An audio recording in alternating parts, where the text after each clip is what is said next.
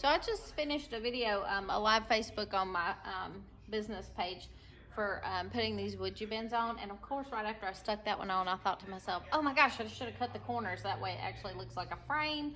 So it looks a lot nicer than just the blunt cut that I did.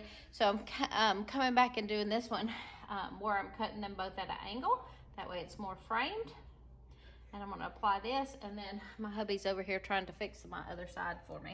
So I'm gonna finish putting the rest of these on, and then we will do, I'm probably gonna do a time lapse, that way it doesn't get too long. But super easy. We have lots of different pieces WoodUBend. They are moldable if you've never used them before. When you receive them, they're hot. You simply heat them up using a heat gun, or if you have a griddle, you can use that. I actually have a sandwich toaster. I'll show you over here in the corner that I'm using. I just kind of toss it on there and let it heat up, and that works really well also. So once you heat them up, they become pliable, so you can bend them, they get soft, and then you'll apply your glue. I've got Gorilla Glue here. You can also use Titebond, whichever your preference is or whatever you happen to have. And then you just glue them and stick them in place and hold them until they adhere. And it lets you take a really plain, boring piece that has no detail on it and take it up to the next level. Super easy, super fun.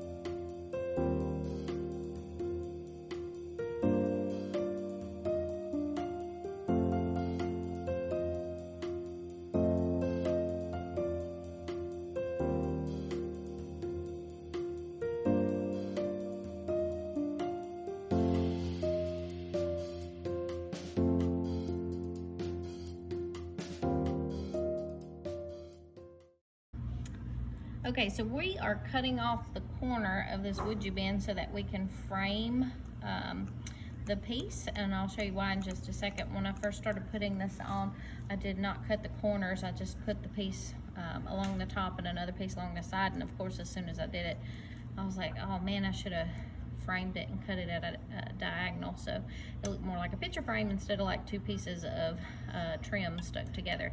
Just looks cleaner and more neat. And so my hubby's just kind of using this other piece of trim to get the width of it so he can mark the corner off and cut it. So we'll have it, and I'll show you what I mean. So this is what it looks like now, as opposed to earlier I had a straight piece here and straight piece here, and so it just was a lot messier. And that was actually the piece I had up first, and we just kind of cut it and put it back together. So it's super simple when you do it. If you have a boo-boo and you cut the corner off, you can just glue it and stick it right back on. Cutting the corner here.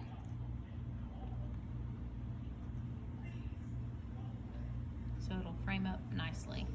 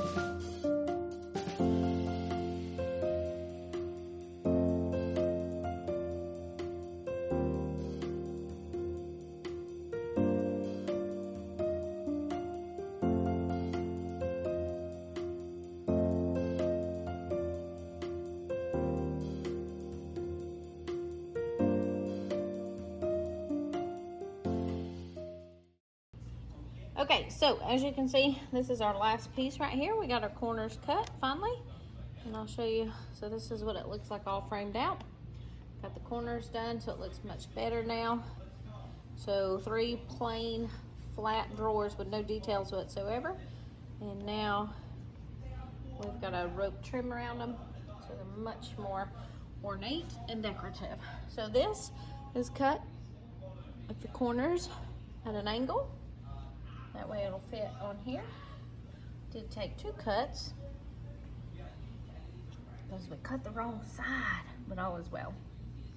Because all you have to do is take that little piece that you cut off and just glue it right back on and start and cut on the correct side, and all is well. I know it's gonna squish out. I got way too much right there in that one spot. Just trying to wipe a little bit of that glue off.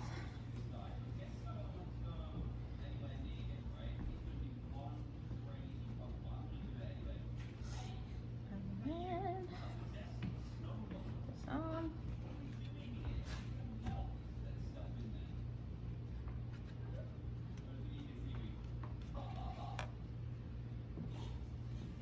Mostly I'm lining up my corners, but I also want to make sure I don't have too much overhang there on the bottom. Get off all that extra glue,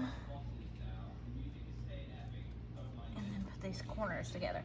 Now if you have a little bit of a gap in between your corners, you can always come back with wood filler and fill it in if you like.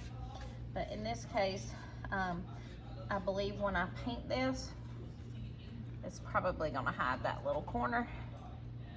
There's a little gap right there, so it shouldn't matter once I paint it. We'll be good to go. And that's it. So we got all 3 drawers trimmed out now in our new rope design by WoodUBend. So we took a very plain drawer and made it ornate.